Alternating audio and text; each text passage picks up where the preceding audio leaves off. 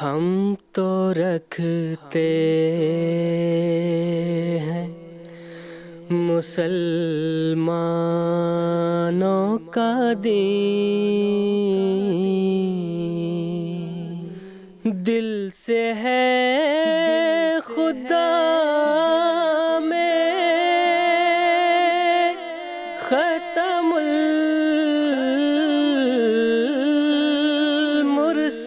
المرسلین،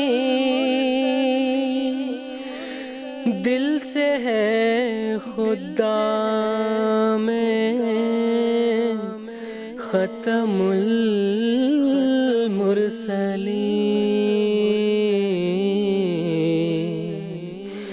ختم المرسلین۔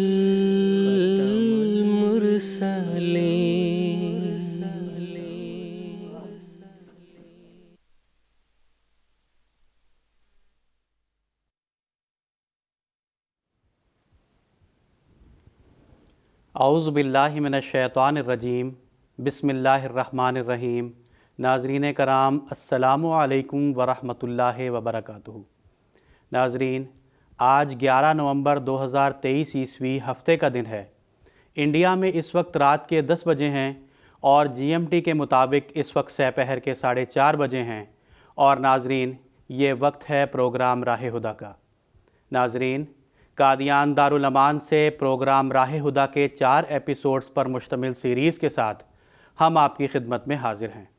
ہمارے ریگولر ویورز یہ بات جانتے ہیں کہ پروگرام راہ ہدیٰ ایک لائیو ڈسکشن پروگرام ہے، اور لائیو ہونے کے ساتھ ساتھ یہ پروگرام انٹریکٹیو بھی ہے۔ ناظرین، یہ پروگرام انٹریکٹیو اس حوالے سے ہے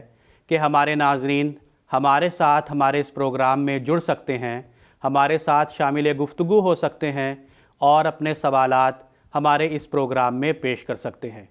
آپ ہم سے ٹیلی فونز لائنز کے ذریعہ رابطہ کر سکتے ہیں، اسی طرح ٹیکسٹ میسیجز، فیکس میسیجز اور ای میل کی سہولیت بھی دستیاب ہے۔ یعنی اسٹوڈیو ڈسکشن کے ساتھ ساتھ ہم اپنے ناظرین کی فون کالز کو اٹینڈ کرتے ہیں، ان کے سوالات کو سنتے ہیں، اور یہاں اسٹوڈیو میں موجود علماء کرام کے پینل میں ان سوالات کو پیش کرتے ہیں، اور ہمارے علماء کرام اسی پروگرام کے ذریعہ ہمارے ناظرین کے سوالات کے جوابات دیتے ہیں۔ ناظرین، اگر آپ ہم سے ہمارے اس پروگرام میں جڑنا چاہتے ہیں اور ہمارے ساتھ شامل گفتگو ہونا چاہتے ہیں اور اپنے سوالات کے جوابات حاصل کرنا چاہتے ہیں، تو میں آپ کو یہ بتا دوں کہ ہماری ٹیلی فونز لائنز اب سے ایکٹیویٹڈ ہیں، اور میں یہ امید بھی کرتا ہوں کہ ہمارے ناظرین اپنی ٹیلی ویژن سکرینز پر ہم سے رابطے کی تمام تفاصیل ملاحظہ فرما رہے ہوں گے۔ ناظرین، جیسا کہ خاکسار نے ابھی عرض کیا کہ قادیان دارالامان سے پروگرام راہ ہدیٰ کے 4 ایپیسوڈز پر مشتمل سیریز کے ساتھ ہم آپ کی خدمت میں حاضر ہیں۔ آج کا یہ ایپیسوڈ اس سیریز کا دوسرا ایپیسوڈ ہے۔ ناظرین، اس مکمل سیریز میں ہم سیدنا حضرت اقدس مسیح موعود علیہ السلام کے عظیم الشان مضمون اسلامی اصول کی فلسفی کے موضوع پر بات چیت کر رہے ہیں۔ یہ مضمون بعد میں کتابی شکل میں بھی شائع کیا گیا۔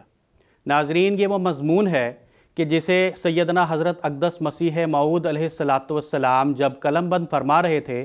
تو اللہ تعالیٰ کی تائید و نصرت ہر لمحہ آپ کے شامل حال تھی۔ اللہ تعالیٰ نے آپ کو جلسہ اعظم مذاہب میں پڑھے جانے والے دیگر تمام مذاہب کے دیگر تمام مضامین پر اس مضمون کے غالب اور بالا رہنے کے تعلق سے خوشخبری قبل ازیں ہی بیان فرما دی تھی۔ ناظرین، یہ مضمون سیدنا حضرت اقدس مسیح موعود علیہ السلام کی صداقت کا ایک بیان نشان ہے۔ ناظرین، اس مکمل سیریز میں ہم اس مضمون میں پیش کیے گئے مختلف امور کے حوالے سے بات چیت کریں گے، اس مضمون میں بیان شدہ حقائق اور معارف کی باتوں کا تذکرہ کریں گے۔ ناظرین، عصر حاضر میں انسانی زندگی کے مدعا اور اس کے حصول کے جو ذرائع ہیں اور اس کے طریق جو ہیں، اسی طرح انسانی فطرت کی حقیقت اور الہام کے فلسفہ جیسے موضوعات پر اس تمام سیریز میں بات چیت ہوگی۔ ناظرین، اسی طرح اس مضمون کے مطالعہ کے نتیجہ میں ایک انسان کس طرح اخلاقی اور روحانی طور پر ترقی حاصل کر سکتا ہے، اسی طرح وہ کس طرح اپنے ذہن کو منور کر سکتا ہے اور کس طرح اللہ تعالیٰ کا قرب حاصل کر سکتا ہے، ان تمام موضوعات پر بھی اس تمام سیریز میں بات چیت ہوگی۔ ناظرین، آج کے اس ایپیسوڈ میں خاکسار کے ساتھ ان موضوعات پر بات چیت کے لیے علماء کرام کا جو پینل موجود ہے میں اس کا تعارف کروا دیتا ہوں۔ محترم مولانا منیر احمد صاحب خادم اور محترم مولانا زین الدین حامد صاحب آج کے اس ایپیسوڈ میں خاکسار کے ساتھ شریک گفتگو ہوں گے۔ میں ہر دو حضرات کا اس پروگرام میں خیر مقدم کرتا ہوں۔ ناظرین، اگر آخرت کے وجود کو تسلیم نہ کیا جائے اور اس مادی دنیا کی زندگی کو انسانی زندگی کی آغاز اور انتہا تصور کر لیا جائے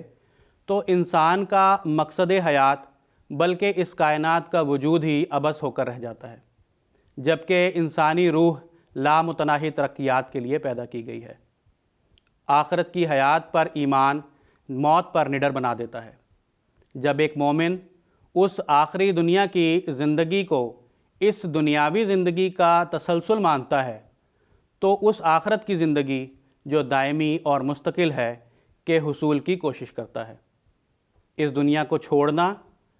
بالفاظ دیگر موت کو قبول کرنا ایک مومن پر ہرگز ناگوار نہیں گزرتا،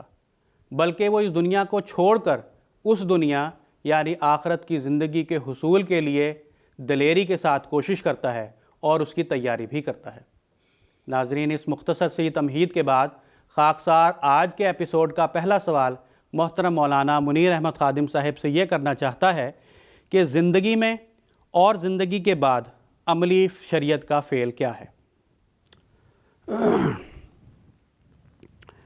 بسم اللہ الرحمن الرحیم۔ آپ نے جو یہ ابھی سوال کیا ہے یہ اسلامی اصول کی فلسفی کے سوالات میں سے چوتھا سوال ہے، جو کہ سیدنا حضرت اقدس مسیح موعود علیہ الصلاۃ والسلام نے جلسہ اعظم مذاہب لاہور میں اپنے اس لیکچر میں بیان فرمایا، جو کہ 26، 27، 28 اور 29 دسمبر کو 1896 کے سال یہ جلسہ ہوا تھا۔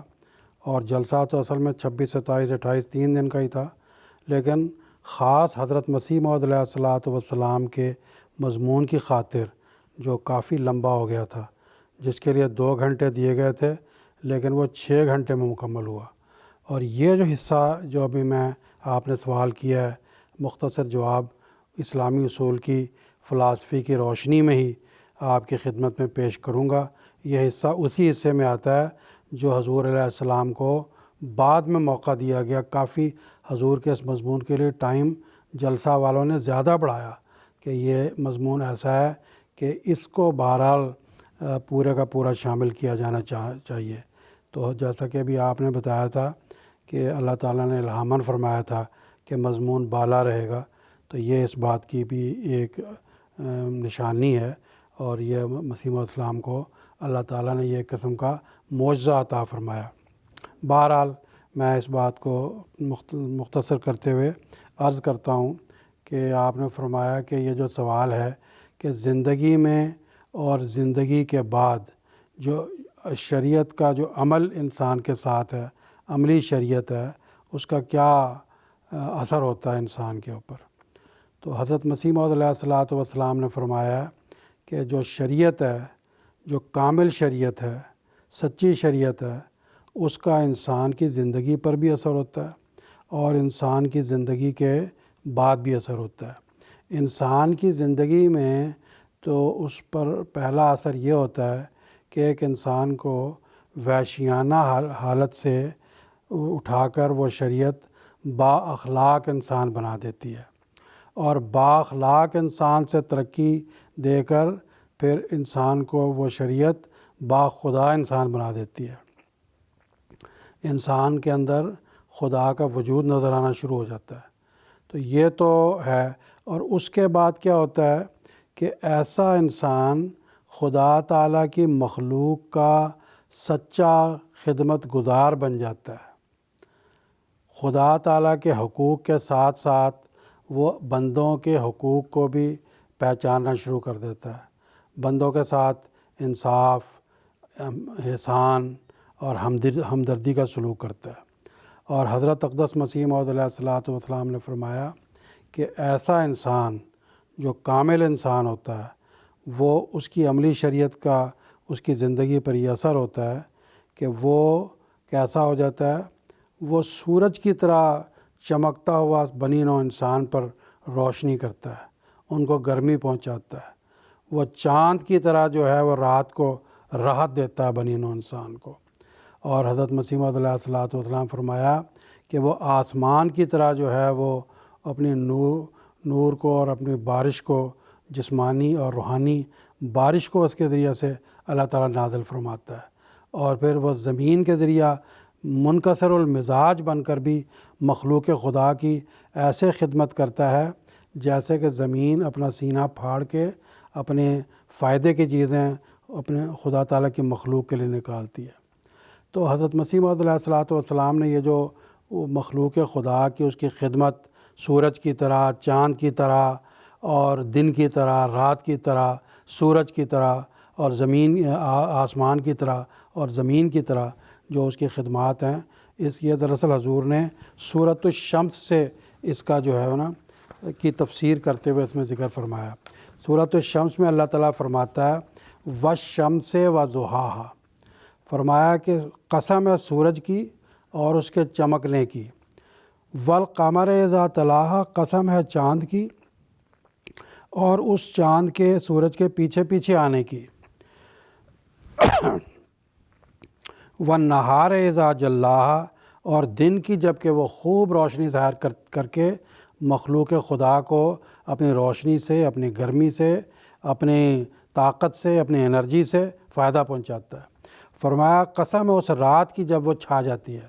جب کہ وہ دنیا اس رات میں چھپ جاتی ہے، آرام کرتی ہے اور ہر طرح کے نقائص اس کے رات چھپا لیتی ہے، ایسے ہی وہ خدا کا بندہ بھی ان دنیا کے نقائص کو بھی چھپا لیتا ہے اور دنیا کو اپنی آغوش میں آرام دیتا ہے۔ پھر فرمایا والسماء وما بناہا،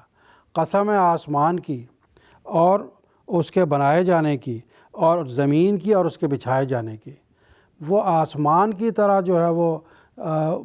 آسمان سے جیسے مینہ برستا ہے، وہ بھی اپنا روحانی جو مینہ ہے، روحانی بارش ہے، جو الہام ہے خدا تعالیٰ کی مخلوق کے اوپر، وہ برساتا ہے اور انہیں فائدہ پہنچاتا ہے۔ فرماتے ہیں والارض وما طحاہا، اور زمین کی اور اس کے بچھائے جانے کی۔ زمین جس طرح نیچے ہے، زمین جس طرح منکسر المزاج ہے اور اس کے سینے کو پھاڑ کر مخلوق خدا اس سے فائدے اٹھاتی ہے، ویسے ہی وہ خدا کا بندہ مخلوق خدا کے لیے اس کا سینہ جو ہے وہ چاک ہوتا ہے، وہ راتوں کو اٹھ کے روتا ہے، جیسا کہ حضرت صلی اللہ علیہ وسلم کے متعلق قرآن مجید میں آتا ہے کہ کیا تو اپنے آپ کو ہلکان کر دے گا کہ یہ ایمان نہیں لاتے۔ تو یہ صورتحال مخلوق خدا کی ہمدردی میں کامل بندوں کی، جب وہ کامل شریعت پر عمل کرتے ہیں تو ان کی ہو جاتی ہے۔ تو آگے فرمایا وَنَفْسٍ وَمَا سَوَّاهَا، قسم ہے اس نفس کی جو اپنے آپ کو ان سب چیزوں کے برابر کر دیتا ہے۔ کون کون سی چیزیں؟ یعنی کہ جو سورج میں اور چاند میں اور دن میں اور رات میں اور آسمان اور زمین میں الگ الگ فوائد ہیں، الگ الگ ان کی خاصیتیں ان کے اندر پائی جاتی ہیں، وہ جو کامل بندہ ہے، وہ کامل نفس انسانی ہے، یہ سارے خواص اس اکیلے کے اندر پائے جاتے ہیں۔ حضرت اقدس مسیح موعود علیہ الصلوۃ والسلام نے بڑی اچھوتی تفسیر کی، اور آج تک کسی مفسر نے ایسی بیان نہیں کی جو حضرت مسیح موعود علیہ الصلوۃ والسلام کے قلم سے نکلی۔ حضور فرماتے ہیں، میں حضور کے الفاظ میں پیش کرتا ہوں، فرماتے ہیں یعنی قسم ہے سورج کی اور اس کی روشنی کی، اور قسم ہے چاند کی جب پیروی کرے سورج کی، یعنی سورج سے نور حاصل کرے اور پھر سورج کی طرح اس نور کو دوسروں تک پہنچا دے، اور قسم ہے دن کی جب سورج کی صفائی دکھا دے اور راہوں کو نمایاں کرے، اور قسم ہے رات کی جب اندھیرا کرے اور اپنے پردہ تاریکی میں سب کو لے لے، اور قسم ہے آسمان کی اور اس علت غائی کی جو آسمان کی اس بنا کا موجب ہوئی، اور قسم ہے زمین کی اور اس علت غائی کی جو زمین کے اس قسم کے فرش کا موجب ہوئی، اور قسم ہے نفس کی اور نفس کے اس کمال کی جس نے ان سب چیزوں کے ساتھ اپنے آپ کو برابر کر دیا۔ یعنی جو پہلے چیزیں بیان کی گئی ہیں، سورج، چاند، زمین، آسمان، سب کی جو خاصیتیں انسانی نفس میں اللہ تعالیٰ نے رکھ دی ہیں۔ یعنی وہ کمالات جو متفرق طور پر ان چیزوں میں پائے جاتے ہیں، کامل انسان کا نفس ان سب کو اپنے اندر جمع رکھتا ہے۔ جیسے یہ تمام چیزیں علیحدہ علیحدہ نوع انسان کی خدمت کرتی ہیں، کامل انسان ان تمام خدمات کو اکیلا بجا لاتا ہے۔ تو یہ وہ عملی شریعت کا انسان کی زندگی پہ اثر ہوتا ہے۔ آگے یہ سوال ہے کہ مرنے کے بعد کیا اثر ہوتا ہے؟ اس کے لیے حضرت مسیح موعود علیہ الصلوۃ والسلام فرماتے ہیں کہ مرنے کے بعد انسان کی زندگی پر یہ اثر ہوتا ہے کہ اس کو خدا کا روحانی اتصال نصیب ہوتا ہے۔ اس روز کھلا کھلا دیدار اللہ تعالیٰ کا ایسے انسان کو نصیب ہوتا ہے، اور خلق اللہ کی خدمت جو اس نے خدا کی محبت میں محو ہو کر کی، جس کا محرک ایمان اور اعمال صالحہ کی خواہش تھی، وہ ایمان اور اعمال صالحہ بہشت کے درختوں اور نہروں کی طرح متمثل ہو کر پھر اس کو دکھائی دیتے ہیں۔ وہ اللہ تعالیٰ کی بہشت میں، اللہ تعالیٰ کے آرام میں ایسا انسان آ جاتا ہے، اور خدا کی گود میں جو ہے ایسا انسان بیٹھ جاتا ہے، اور پھر ایسے شخص کو حیات جاودانی نصیب ہوتی ہے، اور یہی مرنے کے بعد عملی شریعت کا فعل ہے جو سرزد ہوتا ہے۔ حضرت اقدس مسیح موعود علیہ الصلوۃ والسلام نے اس حوالے سے جو ایک بیان فرمایا ہے اپنے بارے میں کہ آپ کو خدا تعالیٰ نے کیا فخر بخشا، کیا شرف عطا فرمایا، فرماتے ہیں وہ خدا کی عنایت نے مجھے شرف بخشا، مجھ پر عنایت کی۔ کیا عنایت کی ہے؟ تا میں اندھوں کو بینائی بخشوں اور ڈھونڈنے والوں کو اس گم گشتہ کا پتہ دوں، اور سچائی کو قبول کرنے والوں کو اس پاک چشمہ کی خوشخبری سناؤں جس کا تذکرہ بہتوں میں ہے اور پانے والے تھوڑے ہیں۔ میں سامعین کو یقین دلاتا ہوں کہ وہ خدا جس کے ملنے میں انسان کی نجات اور دائمی خوشحالی ہے، وہ بجز قرآن شریف کی پیروی کے ہرگز نہیں مل سکتا۔ کاش جو میں نے دیکھا ہے لوگ دیکھیں، اور جو میں نے سنا ہے وہ سنیں، اور قصوں کو چھوڑیں اور حقیقت کی طرف دوڑیں۔ وہ کامل علم کا ذریعہ جس سے خدا نظر آتا ہے، وہ میل اتارنے والا پانی جس سے تمام شکوک دور ہو جاتے ہیں، وہ آئینہ جس سے اس برتر ہستی کا درشن ہو جاتا ہے، خدا کا وہ مکالمہ اور مخاطبہ ہے جس کا میں ابھی ذکر کر چکا ہوں۔ جس کی روح میں سچائی ہے، سچائی کی طلب ہے، وہ اٹھے اور تلاش کرے۔ اللہ تعالیٰ سے دعا ہے کہ وہ اس عملی شریعت کا جو اظہار قرآن مجید نے بیان فرمایا، اور حضرت اقدس مسیح موعود علیہ الصلوۃ والسلام نے بیان فرمایا، اور آپ نے حضرت صلی اللہ علیہ وسلم کے وجود میں محو ہو کر جو اپنی زندگی میں دکھایا، اللہ تعالیٰ دنیا کو اسے دیکھنے کی توفیق عطا فرمائے۔ جزاکم اللہ تعالیٰ حسن الجزا۔ پروگرام کو آگے بڑھاتے ہوئے خاکسار کا اگلا سوال محترم مولانا زین الدین حامد صاحب سے ہے کہ قرآن شریف میں جو کئی چیزوں کی قسمیں آئی ہیں تو ان کا کیا فلسفہ ہے؟ شکریہ نسم اللہ صاحب۔ بسم اللہ الرحمن الرحیم، نحمدہ و نصلی علی رسول الکریم۔ قرآن مجید میں جا بجا اللہ تعالیٰ نے بہت ساری چیزوں کی قسمیں کھائی ہے۔ اس پر اعتراض بھی کیا جاتا ہے، چونکہ عام طور پر قسمیں کسی بالا ہستی قسمیں لی جاتی ہے یا کرائی جاتی ہیں، لیکن اللہ تعالیٰ نے خود اپنی مخلوق کی قسمیں کھائی ہے جگہ جگہ۔ اس پر اعتراض کیا جاتا ہے کہ جاننا چاہیے کہ انسان کی قسمیں اور اللہ تعالیٰ کی قسموں میں زمین و آسمان کا فرق ہے، اور اللہ تعالیٰ کی قسموں کو انسانی قسموں کے ساتھ قیاس نہیں کیا جا سکتا، کسی لحاظ سے بھی درست نہیں ہے۔ چونکہ عام طور پر قسمیں کیوں کھائی جاتی ہیں؟ کسی بالا ہستی کی قسم، اللہ تعالیٰ کی قسم کھائی جاتی ہے۔ اسلام میں غیر اللہ کی قسم کھانا منع بھی ہے، صرف اللہ کی قسم کھائی جاتی ہے۔ عام طور پر جہاں پر ظاہری دلائل مہیا نہ ہو، وہاں پر انسان اللہ تعالیٰ کی قسم کھا کر اللہ تعالیٰ کے حوالے کر دیتے ہیں، اور وہ اس کو بطور شہادت پیش کر دیتے ہیں۔ لیکن اللہ تعالیٰ نے کیوں مختلف چیزوں کی قسم کھائی؟ قرآن مجید کے مطالعے سے پتہ لگتا ہے اللہ تعالیٰ نے آسمان کی، زمین کی، اسی طرح پہاڑ کی، اسی طرح برج کی، عصر کی، زمانے کی، مختلف چیزوں کی قسمیں کھائی ہے۔ یہ سمجھنے والی بات ہے کہ اللہ تعالیٰ نے کیوں قسمیں کھائی ہے۔ ایک تو یہ دیکھنا ہے، قرآن مجید کے مطالعے سے پتہ لگتا ہے کہ اللہ تعالیٰ کے کام دو قسم کے ہوتے ہیں دنیا میں، کائنات کے مطالعے سے پتہ لگتا ہے۔ ایک تو یہ ہے کہ بدیہی اور مرئی، اسی طرح جو سہل الادراک ہے، یعنی انسان بدیہی کام ہے، ہر کوئی اس کو سمجھ سکتا ہے۔ مثلا زمین و آسمان ہے، ظاہری جو پیدائش ہے، کائنات کی مختلف چیزیں ہیں، انسان کو کسی بیرونی اندرونی دلائل کی ضرورت نہیں ہوتی، بیرونی اندرونی دلائل کی ضرورت نہیں ہوتی، وہ بدیہیات میں شامل، بالبداہت وہ اس کا ادراک رکھتا ہے انسان۔ لیکن بہت سارے کام ایسے ہیں جو نظری ہے، اسی طرح غیر مرئی ہے، جو انسان کو بظاہر نظر نہیں آتا، اسی طرح صعب الادراک بھی ہے، انسان آسانی سے سمجھ نہیں سکتا۔ تو اللہ تعالیٰ نے مختلف چیزوں کو،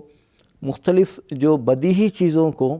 نظری چیزوں کے سمجھنے کے لیے بطور شہادت کے پیش کیا ہے۔ یہی دراصل اسلام قرآنی قسموں کا فلسفہ یہی ہے، اور اس کی حکمت کیا ہے؟ حکمت یہی ہے۔ مطلب دنیاوی لحاظ سے اگر دیکھا جائے تو مقدمات میں جو قسمیں کھلائی جاتی ہیں تاکہ کوئی ظاہری دلائل موجود نہ ہو، جیسا کہ حضرت صلی اللہ علیہ وسلم کی حدیث ہے، البینۃ علی المدعی والیمین علی من انکر علیہ، یعنی بار ثبوت مدعی پر ہے، اور قسم جو ہے جو انکار کرتا ہے اس کے لیے قسم ہے۔ تو یہ مقدمات میں عام طور پر جہاں ظاہری دلائل سے کام نہیں بنتا تو وہاں پر حلفیہ بیان لیا جاتا ہے، یہ عام طور پر مقدمات کا طریقہ ہے۔ تو اللہ تعالیٰ نے یہاں پر جیسا کہ میں نے بتایا بدیہی کاموں کو بطور مثال پیش کرتے ہوئے جو نظری اور صعب الادراک چیزیں ہوتی ہے یا جو کام ہوتے ہیں اس کی طرف انسانی ذہن کو منتقل کرنے کے لیے یہ قسمیں کا یہ جا بجا اسلام میں، یعنی نظری اور غیر مرئی چیزوں کے لیے بدیہی اور مرئی چیزوں کی قسم کھانا دراصل ان چیزوں کو گواہ ٹھہرانے کے لیے ہے، جیسا کہ قرآن مجید کے مطالعے سے پتہ لگتا ہے۔ تو جیسے کہتے ہیں آفتاب آمد دلیل آفتاب، جو سورج کا طلوع ہونا اس بات کی دلیل ہے، سورج موجود ہے، اس میں کسی بیرونی شواہد کی یا اندرونی شواہد کی دلائل کی ضرورت نہیں ہوتی۔ اسی طرح بہت ساری چیزیں ہیں جو انسان آسانی سے اس کا ادراک رکھتا ہے، لیکن بہت ساری چیزیں ایسی انسان کے ادراک سے باہر ہیں۔ تو اللہ تعالیٰ نے بدیہی کاموں کی قسم کھائی ہے، یعنی زمین آسمان وغیرہ کی قسم کھا کر دراصل جو اس سے جو غیر مرئی چیزیں ہوتی ہیں یا نظری چیزیں ہوتی ہیں اس کی طرف انسانی ذہن کو منتقل کرنے کے لیے اللہ تعالیٰ نے قسمیں کھائی ہے۔ جیسے کہتے ہیں کہ انسان کو عالم صغیر کہتے ہیں، یعنی جس کے نفس پر تمام عالم کا نقشہ اجمالی طور پر مرکوز ہے۔ تو عالم صغیر کے انسانی جو جسم کے اندر یا انسان میں جو قوہ ان کے اندر ہیں موجود ہے، جو طاقتیں ان کے اندر پائی جاتی ہے، جو صلاحیتیں اور استعدادیں انسان کے اندر پائی جاتی ہے، تو بعض دفعہ وہ اس کا ادراک نہیں رکھتا انسان خود بھی، لیکن اللہ تعالیٰ نے عالم کبیر یعنی کائنات کو بطور دلیل پیش کر کے عالم صغیر کی طرف توجہ دلائی ہے۔ جتنی چیزیں کائنات میں موجود ہیں جو انسان خود سمجھ لیتا ہے، اس کا انکار نہیں کر سکتا، تو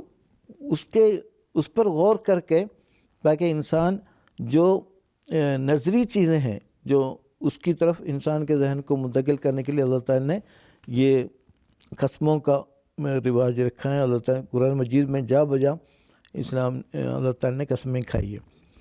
اب میں ایک وقت کے مطابق ایک مثال پیش کروں گا۔ تو قرآن شریف نے وحی و الہام کی سنت قدیمہ کو قانون قدرت کے مطابق گواہی لانے کے لیے ایک مقام پر اللہ تعالیٰ نے ایک قسم کھائی ہے، وَالسَّمَاءِ ذَاتِ الرَّجْعِ وَالْأَرْضِ ذَاتِ الصَّدْعِ إِنَّهُ لَقَوْلٌ فَصْلٌ وَمَا هُوَ بِالْهَزْلِ، قسم اس آسمان کی جو ذات الرجع ہے،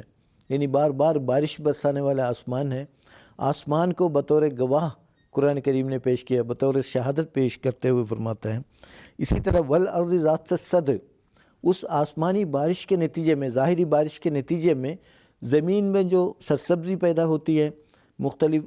زمین زراعت کے لحاظ سے بھی زمین ترقی کرتی ہے، مختلف رویدگیاں پھوٹتی ہیں، قسم کے تغیرات زمین پر رونما ہوتے ہیں۔ پھر یہ جو آسمان بارش برسانے والے آسمان کو، اسی طرح اس کے نتیجے میں زمین میں تغیرات پیدا ہوتے ہیں، اس کو بطور شہادت کے پیش کر کے قرآن مجید فرماتا ہے اِنَّهُ لَقَوْلٌ فَصْلٌ وَمَا هُوَ بِالْهَزْلِ، یہ قول فصل یعنی قرآن کریم حق ہے، وما هو بالهزل، یہ کوئی بیہودہ بات نہیں ہے، بیہودہ کلام نہیں، یہ اللہ تعالیٰ کا کلام ہے۔ اب دیکھنا یہ ہے کہ دو قسم کے نظام کا یہاں پر اللہ تعالیٰ نے تعارف کروایا ہے، ایک تو ظاہری بارش کا، تو اس کے بعد اس کے نتیجے میں جو رویدگی پھوٹتی ہے زمین میں، اس کے ایک بطور گواہ پیش کر کے یہاں بتایا گیا ہے جس طرح ظاہری بارش کی کمی کے نتیجے میں کیا ہوتا ہے، زمین کا پانی بھی سڑنے لگتا ہے اور زمین خشک ہو جاتی ہے، فصلیں تباہ ہو جاتی ہے۔ اور بالکل اسی طرح جب اللہ تعالیٰ کی طرف سے الہام کا پانی آنا بند ہو جائے تو انسانی عقلیں کند ہونے لگتی ہے، تو خشکی پیدا ہوتی ہے، روحانیت سے انسان دور جا پڑتا ہے۔ تو قرآن مجید نے اس اصل جو روحانی جو بارش ہے، جو الہام اور وحی کی شکل میں یا دیگر روحانی مراتب کے لحاظ سے اللہ تعالیٰ کے ساتھ جو تعلقات کے جو ثمرہ ہوتے ہیں، اس کی طرف اشارہ کرنے کے لیے، اس کو ثابت کرنے کے لیے قانون قدرت سے یہ مثال پیش کی، تم چونکہ بارش کو کوئی بھی انکار نہیں کر سکتا، بارش برتی ہے، حسب ضرورت بارش برستی رہتی ہے، اور اس کے نتیجے میں جو تغیرات ہو وہ بھی سب دنیا دیکھتی ہے، تو اس کو بطور گواہ کے پیش کرتے ہوئے قرآن مجید فرماتے جس طرح ظاہری بارش کی کمی کے نتیجے میں یا تعطل کے نتیجے میں کس قدر زمین میں تباہی آتی ہے، یہ تمہیں سمجھنا چاہیے کہ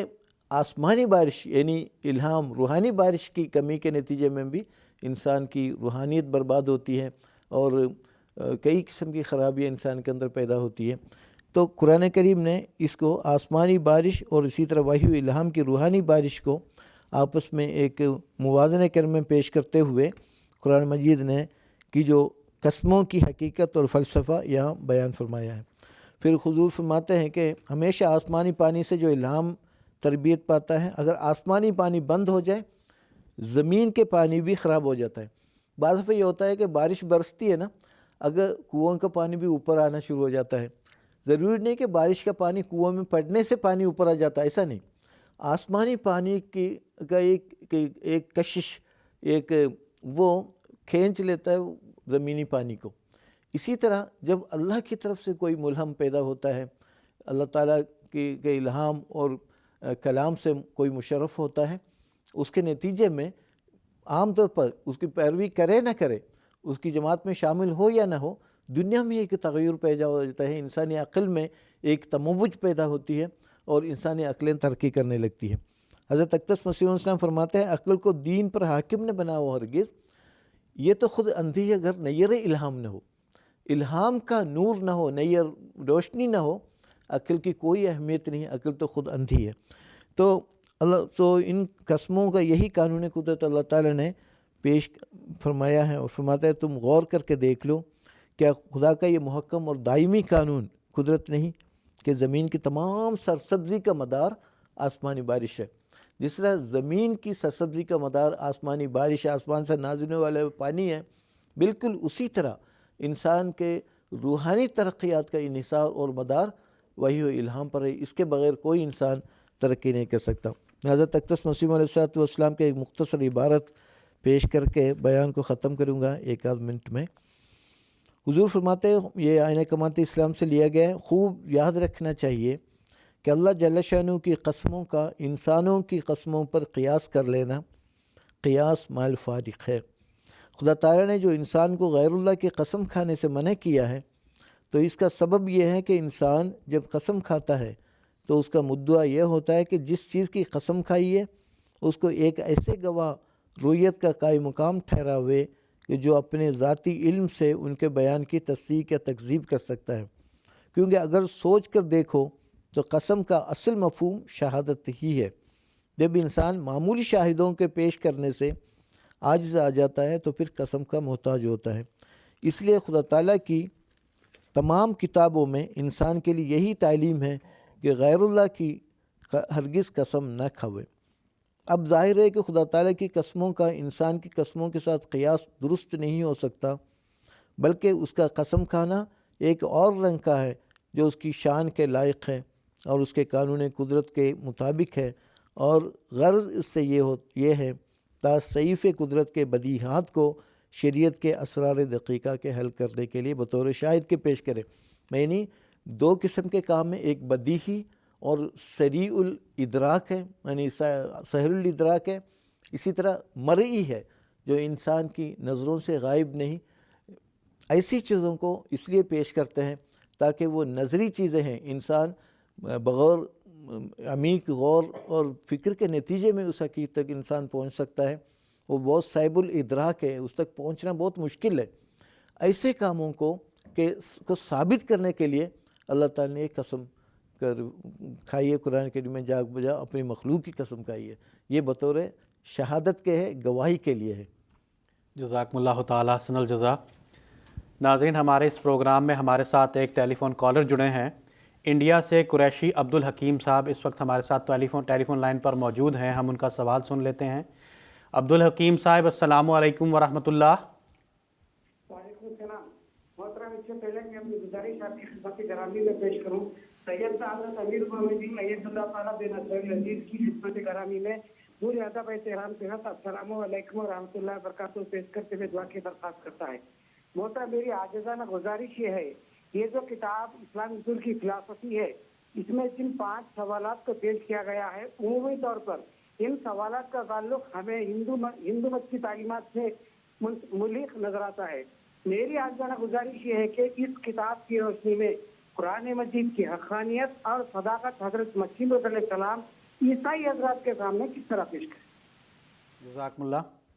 میں محترم مولانا منیر احمد خادم صاحب سے درخواست کرتا ہوں کہ اختصار کے ساتھ اس سوال کا جواب۔ یہ انہوں نے فرمایا کہ کن کن مذاہب کا اس میں جو ہے وہ ذکر کیا اسلامی اصول کی فلسفی میں، تو حضرت مسیح موعود علیہ السلام نے اسلامی اصول کی فلسفی میں نام لے کر تو کسی مذہب کا یا مذہب کے لیڈر کا اس میں ذکر نہیں فرمایا۔ یہ بات یاد رکھنی چاہیے کہ حضرت مسیح موعود علیہ السلام کے کلام کی یہ خوبصورتی ہے اور یہ آپ ہی کی ایجاد ہے کہ آپ نے ایسے رنگ میں اپنے کلام کی شروعات کی کہ صرف آپ نے قرآن مجید کی خوبیاں بیان کی،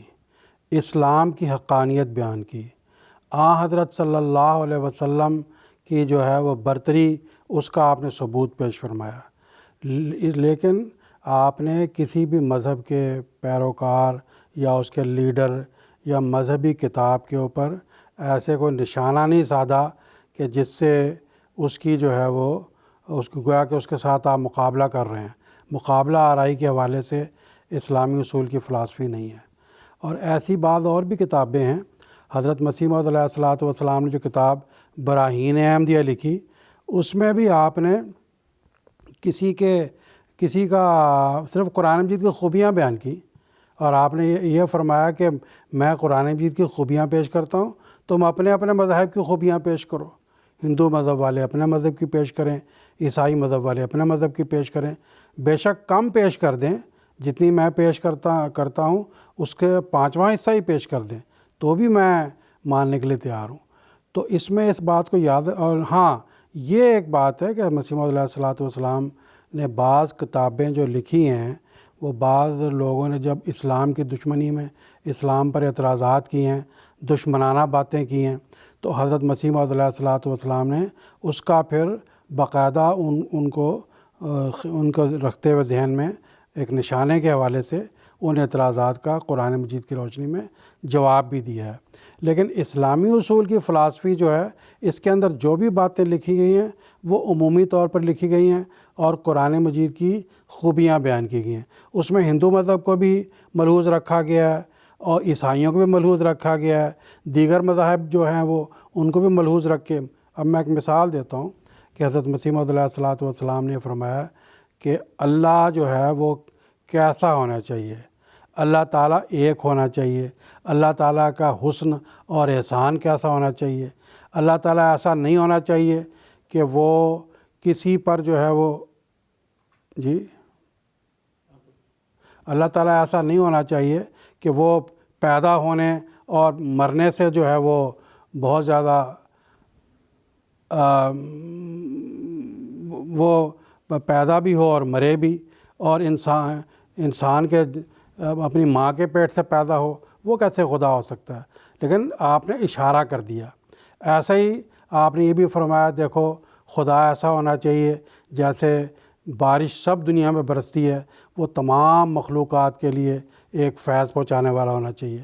خدا ایسا نہیں ہونا چاہیے کہ ایک مخلوق کے لیے کچھ کرے، ایک مخلوق کے لیے کچھ کرے۔ اب اس میں ظاہر ہے کہ آپ نے ایسے مذاہب کو لیا ہے جو ذات پات اور ورن وغیرہ کے اوپر یقین کرتے ہیں، لیکن حضرت مسیح السلام نے کسی کا نام نہیں لیا۔ یہ حضرت مسیح السلام کے کلام کی خوبصورتی ہے۔ اس لیے میں ان سے یہ درخواست کرتا ہوں کہ حضرت مسیح السلام نے یہ فرمایا کہ میری کتابوں کو کم سے کم 3 بار پڑھو، تب جا کے ان کو سمجھنے کی شروعات ہوتی ہے، ورنہ تو بہت زیادہ بھی پڑھنے سے جتنی بار پڑھتے چلے جائیں اتنی بار اس میں عرفان کے موتی پھوٹتے چلے جاتے ہیں۔ تو بہرحال یہ جو کتاب اسلامی اصول کی فلسفی ہے، یہ کسی خاص مذہب کو نشانے پر رکھ کے اعتراض میں لے کر نہیں لکھی گئی، بلکہ اسلام کی خوبیوں کو، اسلام کی حقانیت کو اس کتاب میں ایسے رنگ میں پیش کیا گیا ہے کہ باقی جو مذاہب کے اندر جو باتیں ہیں وہ ہر سمجھنے والا سمجھ سکتا ہے۔ تو بہرحال یہ اس رنگ میں ہے۔ جزاکم اللہ تعالیٰ حسن الجزا۔ ناظرین، ہمیں ایک اور ہمارے دوست کا آف لائن سوال میں موصول ہوا ہے، میں ان کا سوال یہاں پڑھ کر سنا دیتا ہوں۔ کینیڈا سے مکرم مصور باجوہ صاحب ہمیں ٹیکسٹ میسیج میں اپنا سوال بھیجتے ہوئے تحریر کرتے ہیں کہ حضرت اقدس مسیح موعود علیہ السلام نے جو زلزلوں کے تعلق سے پیش گوئیاں فرمائی ہیں، ان کے تعلق سے خاکسار وضاحت چاہتا ہے۔ اسی طرح کیا عالمی جنگوں کے ساتھ ان پیش گوئیوں کو کوئی نسبت ہے؟ میں محترم مولانا زین الدین حامد صاحب سے درخواست کرتا ہوں کہ اختصار کے ساتھ اس سوال کا حضرت اقدس مسیح علیہ السلام نے، جیسا کہ سوال میں موجود ہیں، مختلف زلزلوں کی پیش گوئیاں فرمائی ہیں اور لوگوں کو انذار کیا ہے، دنیا کو، اور یہاں تک کہ ایک جگہ فرمایا ہے نا کہ وہ نذیر آیا، خدا نے دنیا میں ایک نذیر آیا پر دنیا نے اسے قبول نہیں کیا، پر بڑے زوراور حملوں سے اس کی سچائی ظاہر کر دے گا۔ تو اللہ تعالیٰ مختلف رنگ میں اپنا جو قہری تجلی دکھاتا رہتا ہے،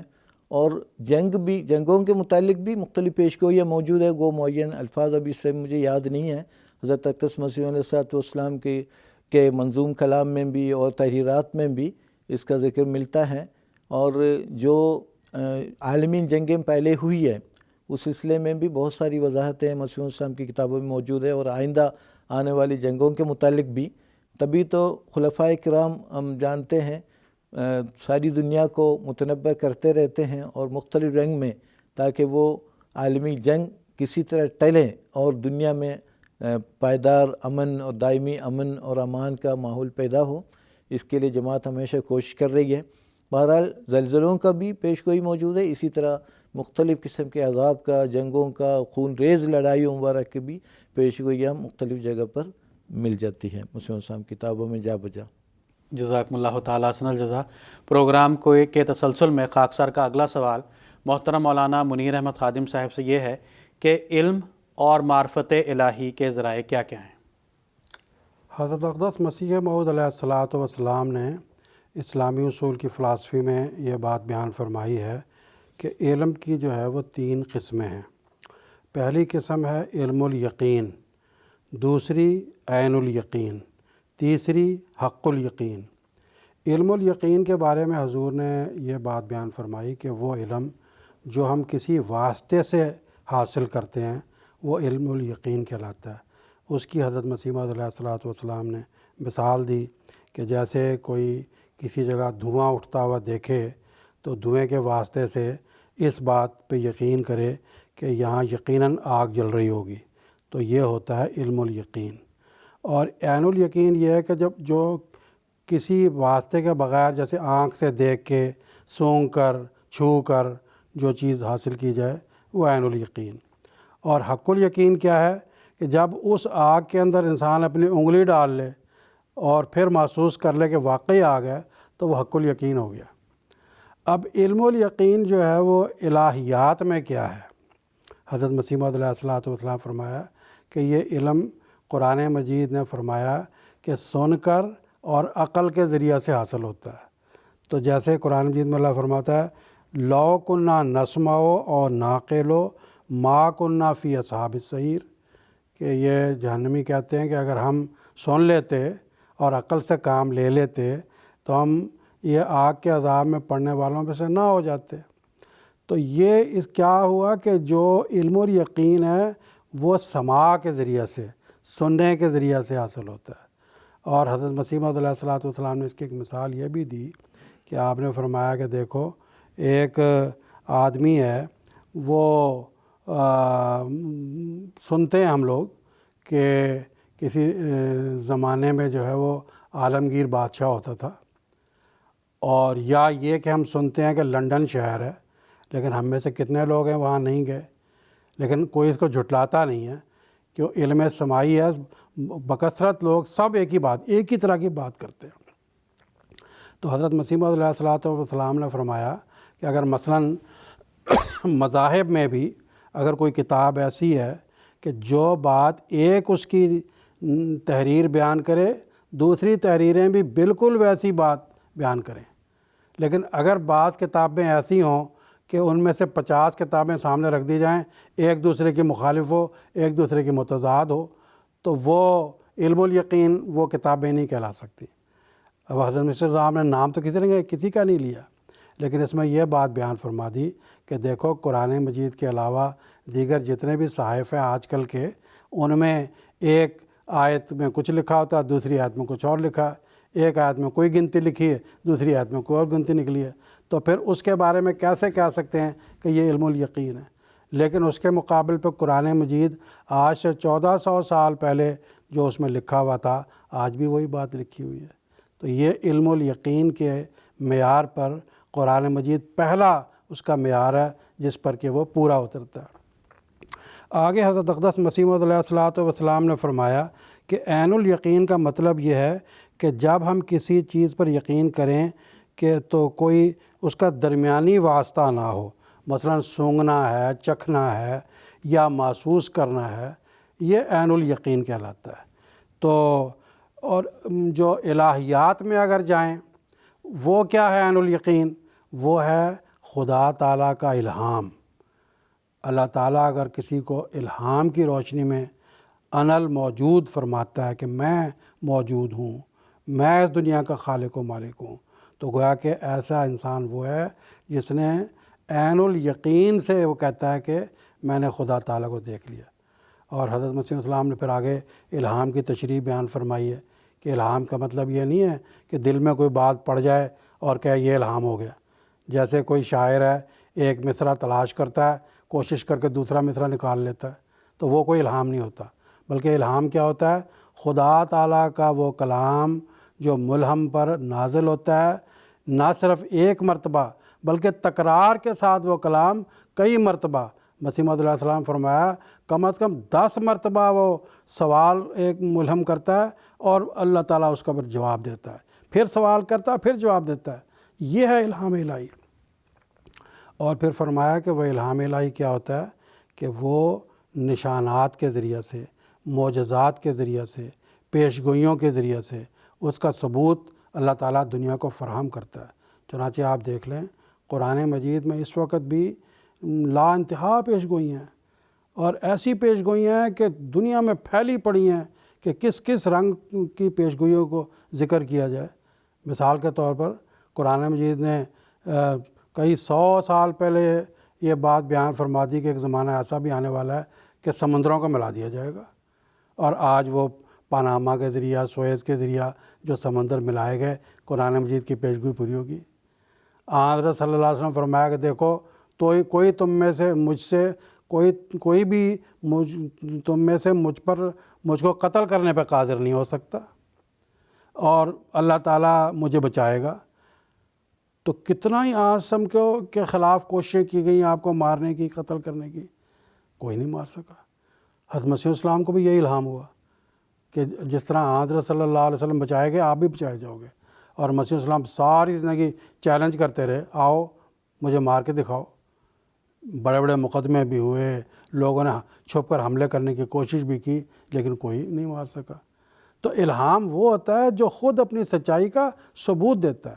تو یہ الہام جب آتا ہے کسی ملہم پر تو اس کا مطلب کیا؟ اس کو عین الیقین حاصل ہو گیا. پھر مسیح السلام فرماتے ہیں کہ تیسرا جو درجہ ہے وہ حق الیقین کا ہے. حق الیقین کیا ہے؟ حق الیقین والے کو خدا تعالیٰ کا جو دیدار نصیب ہو جاتا ہے. وہ کیا ہوتا ہے کہ یہ جو اس نے علم الیقین کے ذریعہ علم حاصل کیا،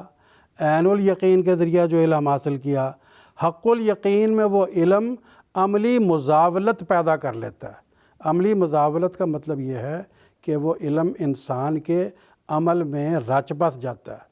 وہ اگر کوئی ابتلا آ جاتا ہے تو پھر عمل کے ذریعہ دکھاتا ہے، ثابت قدم رہتا ہے، خدا کا شیر بنتا ہے. پھر نہ وہ بلکہ اس کے ماننے والے بھی. پھر اگر کوئی فتح یابی اس کو نصیب ہوتی ہے تو وہ اس فتح یابی کے موقع پر بھی اس کی گردن جھکی رہتی ہے. تو جو بھی عین الحق یہ علم الیقین اور عین الیقین کے بعد اس کو درجہ حق الیقین کو حاصل ہوتا ہے تو ہم کہہ سکتے ہیں کہ حق الیقین کا درجہ اس انسان کو حاصل ہو گیا جس نے اپنی زندگی کے اندر عملی رنگ میں ان سارے کاموں کو جو اس کے اسر کے زمانے میں آئے وہ بھی خدا تعالیٰ کی رضا جوئی کے تحت کر کے دکھائے. خدا تعالیٰ کی رضا جوئی کے تحت وہ سب کام اس سے سرزد ہوئے، اور یسر کے زمانے میں بھی، آسانی کے زمانے میں بھی. اور حضرت مسیح موعود علیہ الصلوۃ والسلام نے اسلامی اصول میں یہ بات بیان فرمائی، اسلامی اصول کی فلسفی میں،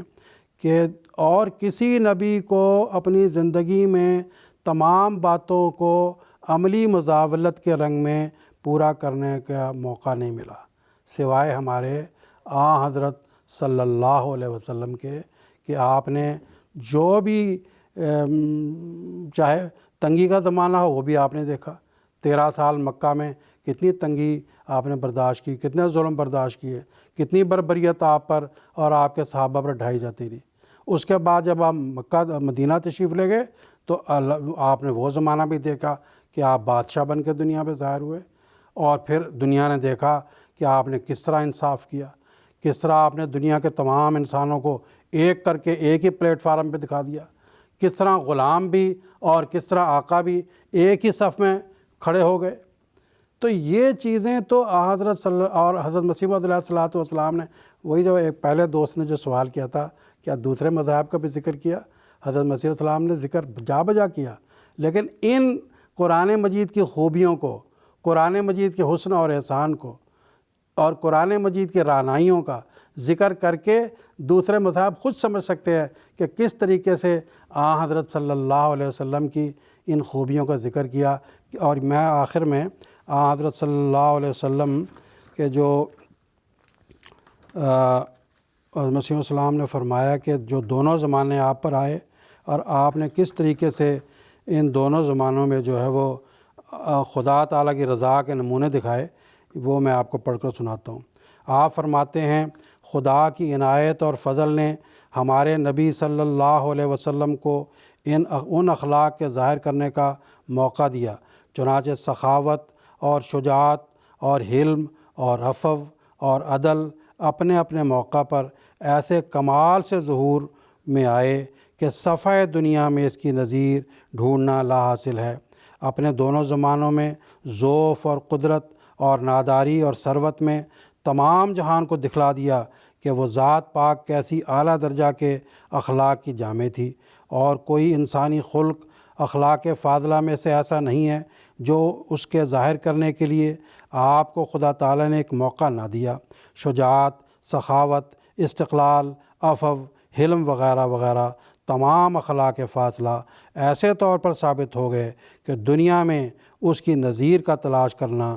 طلب محال ہے. اسلامی اصول کی فلسفی، روحانی خزائن، جلد نمبر 10، صفحہ نمبر 450 یہ بات ثابت کرتی ہے کہ سیدنا حضرت اقدس محمد مصطفیٰ صلی اللہ علیہ وسلم حق الیقین کے کس بلند مینار پر تھے. اور یہ بات یہ بھی ثابت کرتی ہے کہ وہ شخص جس نے حضرت اقدس محمد مصطفیٰ صلی اللہ علیہ وسلم کے اس مقام کو پیش فرمایا وہ بھی کس مقام کا آدمی ہے. چنانچہ یہی باتیں ہم کو دعوت دیتی ہیں کہ ہم اسلامی اصول کی فلاسفی کو بار بار پڑھیں۔ اس کے مختلف زبانوں میں ہندوستان کے تراجم بھی ہو چکے ہیں، وہ تراجم بھی ہم حاصل کر کے پڑھ سکتے ہیں۔ اسلامی اصول کی فلاسفی کو پڑھنے کے نتیجے میں اسلام کی خوبیوں کا ایک نیا گلدستہ ہمارے سامنے آئے گا، اور پھر ہم خود بھی اس سے جو ہے وہ فیض یاب ہوں گے، اور اللہ تعالی ہم کو یہ بھی توفیق عطا فرمائے کہ دیگر بھائیوں کو بھی ہم اسلامی اصول کی فلاسفی کی جو یہ خوبیاں ہیں ان کو روشناس کروانے والے ہوں۔ جزاکم اللہ تعالیٰ حسن الجزا۔ پروگرام کو آگے بڑھاتے ہوئے خاکسار کا اگلا سوال محترم مولانا زین الدین حامد صاحب سے یہ ہے کہ انسانی فطرت کی حقیقت کیا ہے؟ سیدنا حضرت اقدس مسیح موعود علیہ الصلوۃ والسلام نے اپنے مضمون میں اس بارے میں کیا فرمایا ہے؟ جزاکم اللہ۔ سیدنا حضرت اقدس مسیح موعود علیہ الصلوۃ والسلام نے جو اسلامی اصول فلسفی میں حضور نے انسانی فطرت کے متعلق، اس کی حقیقت کے متعلق بیان فرمایا ہے، اور انسانی فطرت سے کیا مراد ہے اور وہ اللہ تعالیٰ کی معرفت کے حصول میں کیا کردار ادا کرتا ہے، یہ ساری تفصیل حضور نے بیان فرمائی ہے۔ تو ایک تو یہ دیکھنا ہے کہ انسانی فطرت سے کیا مراد ہے، اور اسلام کے متعلق ہم کہتے ہیں یہ دین فطرت ہے، یعنی مراد یہ ہے کہ انسانی فطرت جن چیزوں کا تقاضا کرتی ہے وہ ساری چیزیں اسلام میں موجود ہیں، یعنی انسانی فطرت کے عین مطابق اسلامی تعلیم اللہ تعالی نے نازل کی ہے قرآن مجید کے ذریعے۔ تو اس لیے ہم کہتے ہیں کہ اسلام کو یہ دین فطرت ہے، یعنی انسانی فطرت کے تمام تقاضوں پر حاوی ہے۔ فطرت سے کیا مراد ہے جو عربی لغت کے لحاظ سے، اس میں یہ ہے کہ الصفۃ التی یتصف بها کل مولود فی اول زمان خلقتہ، ہر بچہ جن خواص کے ساتھ متصف ہوتا ہے، جن صفات کے ساتھ متصف ہوتا ہے، اس کی پیدائش کے آغاز میں اس کو فطرت کہا گیا ہے لغت کے لحاظ سے۔ یعنی اس تعریف کے مطابق فطرت انسانی سے وہ صفات و خواص مراد ہے جو انسان جو بیرونی اثرات کے نتیجے میں نہیں، بلکہ انسان کی پیدائش کے ساتھ ان کو جو خواص ملتے ہیں، جو صفات جن صفات کے ساتھ متصف ہو کر وہ اس دنیا میں آتا ہے، اس کو فطرت کہا گیا ہے۔ ہر بچہ جو ہے نیک فطرت پر پیدا ہوتا ہے، انسانی فطرت سراسر نیک ہے۔